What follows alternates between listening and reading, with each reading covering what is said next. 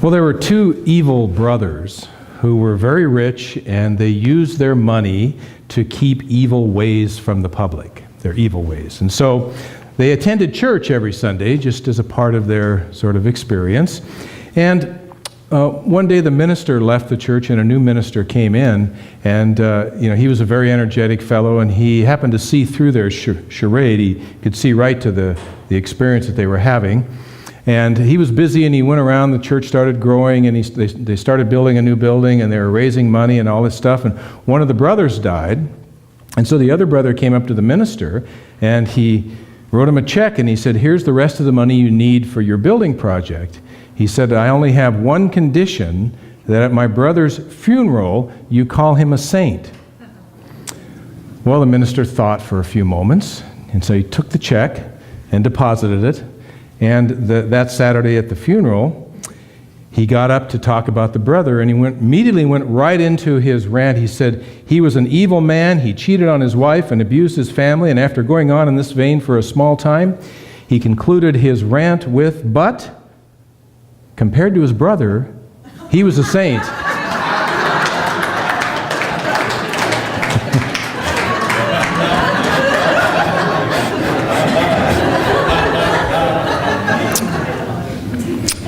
Got to know how to do these things, you know. Today I wanted to talk a little bit about evil, because it's one of the words that is sort of shows up in our language, and in Unity we sort of avoid it, or at least we try to avoid it, although it shows up in the Lord's Prayer and it shows up other places in our experience. And the word evil in and of itself has a lot of energy around it. I mean, just to say the word, you can kind of feel a kind of an edginess to it, a sense that, that it has its own energy. It's both a descriptive adjective and it can also be a noun.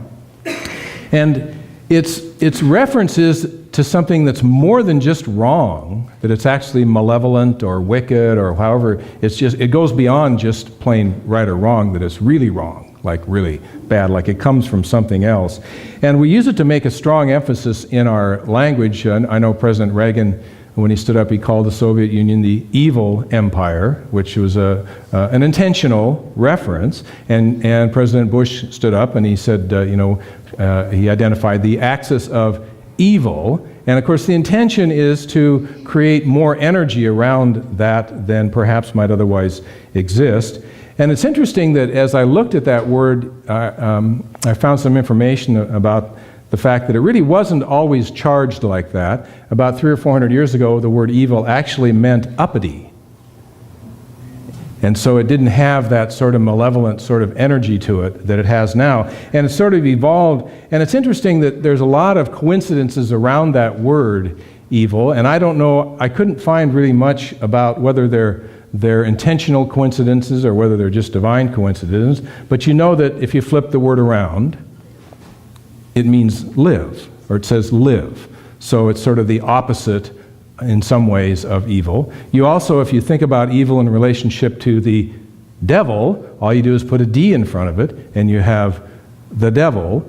And I was looking at the root origin of the word devil, and it comes from the Greek diablos, which actually means slanderer or accuser. And so there is a deeper root to the word devil beyond just having put a D in front of evil. So I don't know whether those things were intentional, whether somebody was clever, or how it showed up, or how it came about, but there are some interesting relationships that show up in relationship to that word. Currently, its polarity is to the positive. So it's exactly the opposite of that. And where it really gains, I think, a lot of its energy and substance is that it is thought of as a separate power from God. That really the traditional sort of theological view of evil is that it's a separate power, and that the whole idea around theology is that there's this war that's going on between good and evil. And so there's this fight that's happening. And so we're in the midst of all this energy and this fighting that goes on around that. And a lot of our languaging and stuff shows up in that way. And we often take it to the extent that if we do something wrong, we have somebody to blame or something to blame. And Flip Wilson used to say, his little famous quote was, "The devil made me do it," right? And of course, and he would smile, like, really, it's not. I didn't do it, It's like, it's a good way of sort of lowering the energy field around something that we may have done wrong. And it's something to hang our missteps onto. And, often our life journey needs an antagonist, right?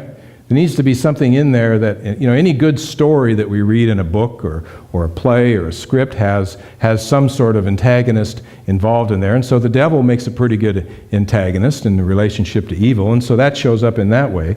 On a human level, it's like having something to fight against. So if we have something to fight against, at least that's the human consciousness, if we have something to fight against, then we have something to defeat.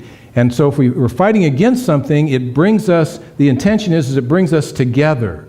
So if we're fighting against evil, then we come together and develop a plan, a battle plan, all this terminology that shows up, onward Christian soldiers going off to war, fighting. What are we fighting? The battle we're fighting is evil, right? Or the devil, or whatever that might show up in that context. So we have to have a devil in order to fight, defeat, and to blame. Those are the reasons why we have to have that character in our human sort of dynamic.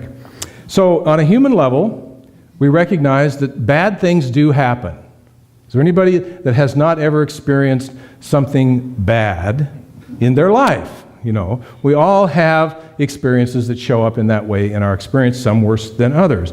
And so, but the truth is that we also know that bad experiences, when we understand them and recognize them, are experiences that we can transform into something else. If you've ever been through substance abuse, you know that when you awaken, you can transform out of that experience. Or you may not stop having the effects of that, but you may stop having the effects of that in your life. In other words, in AA, you don't really get cured from alcoholism, but you rise above it in terms of your life experience. And so that's the dynamic. So we have the capacity to do that in our life. Mental illness is one thing that used to be thought of as evil. I mean, you think of possession, that somebody was possessed by the devil or Satan or whatever the term might be that's used. And of course, Jesus exorcised demons all the time. And we know today that a lot of that is mental illness. That's schizophrenia and bipolar disorders and those kinds of things. We understand that there are ways in which we can deal with many of those things and often cure them if we can get to the root cause in consciousness and out of which those things happen. So the truth is that in the absolute truth, there is no war between good and evil.